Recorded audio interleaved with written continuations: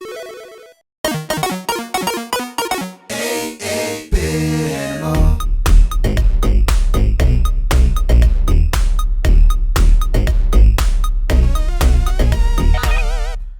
you doing, good people? This is the 8-Bit Animal, and we're going to talk about another arcade port today. This one's not as good as the port of Arkanoid we talked about yesterday, though. I'm sorry. Well, today, actually, the source material is solid. The arcade version of this game is really fun, especially if you can get 3 people to play. It's a lot of fun. It's just that nobody was able to do a good home port of this game. That's the most disappointing part. And this was published by Sunsoft in 1988, which 1988 was the start of a really good run for Sunsoft, because 88, Sunsoft publishes Blaster Master.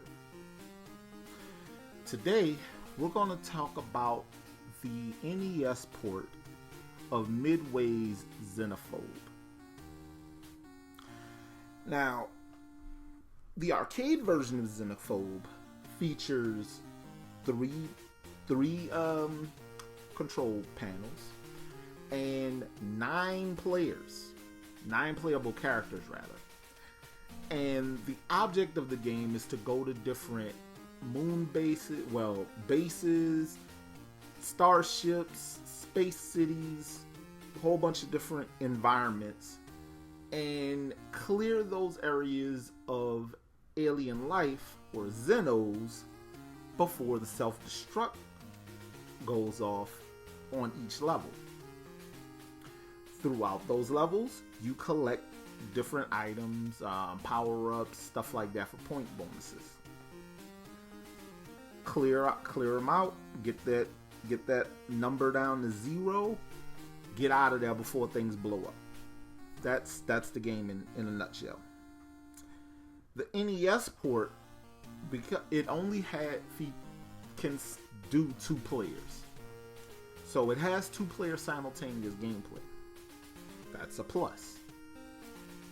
Now, the downsides start happening immediately after that, because you only get 3 of the 9 playable characters. The animation, the sound direction, graphics, everything is just subpar compared to the arcade version of the game, and actually compared to some of the home ports. The Commodore 64 port has actual music. There's no real music in this game. There's like some music plugged in at the title screen, game over screen, stuff like that, but there's not a lot of music in this game. It's actually kind of sad. Pretty sparse. The controls are kind of janky because the NES has 2 action buttons. That's it. So you have to kind of make do with using the control pad and the 2 buttons. Is better than what happened with the Atari 7800 version of it. And honestly, this game has potential to get really repetitive and really dull, and that's something that Sunsoft succeeded with. This game gets boring really fast, and it's actually kind of sad that it does, because there's potential for a fantastic little video game here. But hey, what you gonna do? Now, if you decide you want a copy, I don't know why, but you can get a copy of this game starting at about $5 for a loose cart. Complete copies tick up over 100. Again, I don't know why you would want that. The $5 mark, $5 to $10. That's a good place to spend your money for this game. It's not a good video game, not a fun video game. It's a very dull action game with no music, a bunch of bleeps and bloops for sound, janky controls, and honestly, it's just dull and ugly. It's dull and ugly. Not very fun at all. And if you got this game for Christmas or a birthday or something, thinking it was going to be as good as the arcade game, I'm sorry. Maybe, you can revisit something else.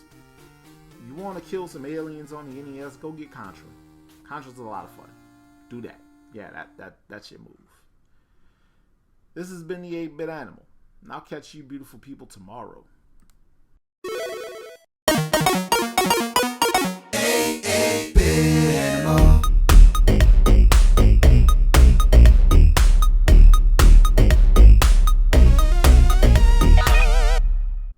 Tomorrow. Alright, so we finally figured out what the Monopoly guy did to earn his fortune before he started investing in real estate and railroads.